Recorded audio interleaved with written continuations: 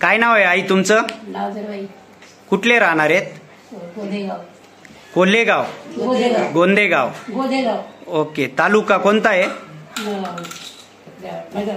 नगर. हा, नगर कोपरगाव. म्हाताऱ्या लोकांना पूर्ण माहिती असतं. नगर जिल्ह्यातच कोपरगाव आहे. वैजापूर कोपरगाव ना?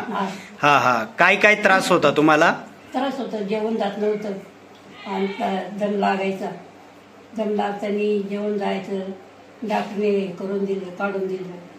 अच्छा, दवाखान्यातून रिटर्न काढून दिलं. डॉक्टरांनी सांगितलं 8 दिवसात म्हातारी राहणार नाही. जेव खाऊ घाला, 24 तासात खाऊ पिऊ घाला. खाऊ पिऊ घाला म्हणे. म्हातारी भुके पण झाली. अच्छा, बघा मित्रांनो, या कोपरगावच्या आजी आहेत आणि हॉस्पिटलमधून त्यांना काढून देण्यात आलं होतं. 24 तासाच्या वरती जगणार नाहीत. तर आता आमचा अमृत ज्यूस तुम्ही घेतलं, नंतर तुमच्या मुलाने तुम्हाला अमृत ज्यूस दिलं, तर आता किती दिवस झालेत तुम्हाला दवाखान्यातून हे घरी काढून दिल्यानंतर? 3 महिने झाले. बघा मित्रांनो, अमृत ज्यूसची ताकद. काय एक मेलेल्या परिस्थितीत रिटर्न काढलेली आजी आज 3 महिन्यापासून टकाटक आहेत.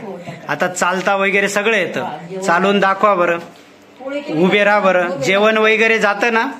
किती पोळ्या खातात? आता खायला 2 खाते, 1.5 खाते. हो, बघा एकदम कडक आवाज आजीचा.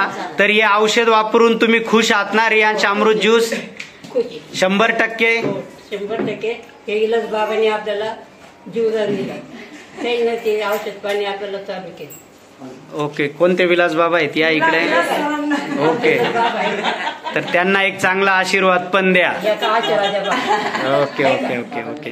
धन्यवाद धन्यवाद.